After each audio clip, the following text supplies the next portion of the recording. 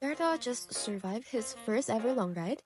From extreme heat, tapos biglang buhos ng ulan, rough roads, at walang katapusang twisties, literal, pinagdaanan niya ang lahat. Kaya ngayon, deserve niya ng major, tender love and care. And of course, with that, dinala natin siya sa isang reputable maintenance shop dito sa Pampanga. Also recommended by Boss Reed, this is a Max Central Automotive Services, the place for your big bikes and four wheels. They're even Benelli credited service center. So North Peeps, you should definitely watch this. Guys, legit, sobrang linis at prestige ng lugar nila. Basically, parang hotel siya pang coach nyo. Hindi mo iisipin na automotive shop siya kasi ang linis at organized nila. Unang-una, check up muna for Berto. Hindi pwedeng bara-bara. Kailangan natin i-make sure walang loose bolts, leaks, or hidden issue after that long ride. Parang general check-up siya pero pang motor. So, we noticed some issue. Since Berto is a 2016 unit, may wear down na yung brake pads niya, both front and back. I mean, medyo in-expect ko na to. We also checked his brake fluid and sadly, actually parang ano na siya, parang na siyang aquarium. So, tetestingin natin kung may water content. Ayan. Yung brake fluid natin. Let's go. So kapag green siya, sabihin wala. Sige, ilagay mo yung sa test sa fluid. Ayan, nag-red siya. Ibig sabihin there's more than 4% na yung yung water content. Ayan, nag-red. Ang usual problem niyan, pag ganyan nakalala yung brake fluid, Kapag sumobrang init, bababa kasi yung boiling point kasi magkakatubig. So kung nag-boil doon, mag-cause ng brake fail. So pwedeng mawala yung preno. Ayan, wala. ayan yung malinis. Ayan siya, color green. Yung akin, pula na. Pakita mo pula.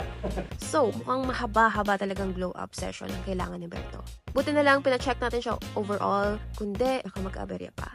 Anyway, first off, oil change. Imagine, running all those kilometers, our Z1000 deserve a fresh oil. Because fresh oil means smoother performance and longer engine life. Ito na siguro yung pinaka-basic pero pinaka-importanting maintenance para sa kahit anong motor, and even four wheels. Imagine mo, yung langis ay parang dugo ng katawan natin. Kapag madumi na, syempre, hirap na gumana yung engine. Kaya kung gusto mong manatiling malakas at smooth ang takbo ng motor mo, dapat laging sariwa ang oil. Kapag overdue ka na sa oil change, expect mo na mas mabilis uminit ang makina, mas mabagal ang response, at worse, pwede ka pang masiraan ng engine internals. Next up, let's change our brake fluid. Kasi guys, real talk, hindi lang makina ang pagod after a long ride, pati preno.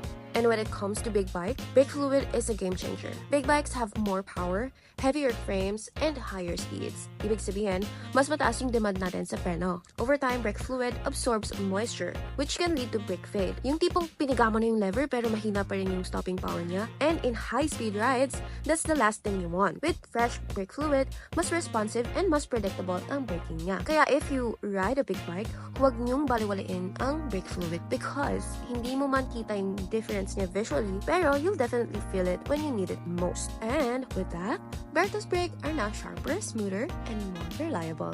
Ready for our next big loop. Siyempre, after ulan, putik, init, guys, nag-rest na yung chain natin.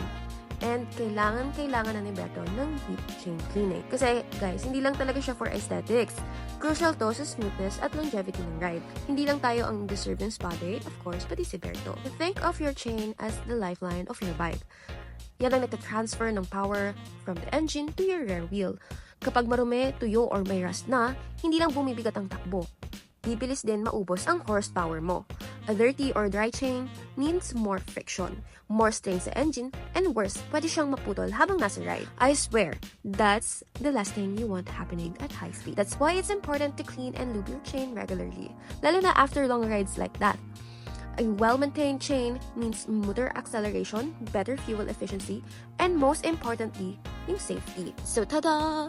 Berto's chain is now clean, well-lubed, and ready for more loops. O diba? Good as new? One thing I appreciate dito sa Max Central, hindi ka mag-aalala kung may kailangan palitan. Kasi guys, they have parts and accessory readily available for your two-wheel or four-wheel. Kung may kailangan kang palitan o i-upgrade, hindi ka na maghahanap kung saan-saan. They got it on hand, so walang hassle at all. To wrap up Berto's TLC day, I decided to go to 24/7 Shine, which is 3 minutes away from Max Central, to complete Berto's TLC session. Grabe guys, satisfying panoorin. Fresh na ulit si Berto. Literal literal na parang bago na siya. And did you know 24/7 Shine is much known for their PPFs and ceramic coatings? So guys, kung OC kayo sa paint and you love to prolong the aesthetics of your wheeled baby, this is a must. Honestly, Max Central is on another level. Super clean, well-organized, prestation service, para kang pumasok sa high-end automotive lounge. At hindi lang pang big bikes to ha. If you have a car, they offer everything as well. PMS, ECU tuning, body repairs, paintless dent removal, at marami pang iba. Whether you need repairs, maintenance, or accessory, Max Central has it all. Guys, ayan na! Mission accomplished! Berto is back refreshed and ready for our next ride. Super sulit ang service sa Max Central, Pampanga. Whether you ride a big bike, a scooter, or drive a car, this is a place to visit. If you want to know more about them, I'll tag them down below, so make sure to check it out. At dahil fresh na ulit si Berto, saan kaya next ride namin? Suggest nga kayo guys, comment down below.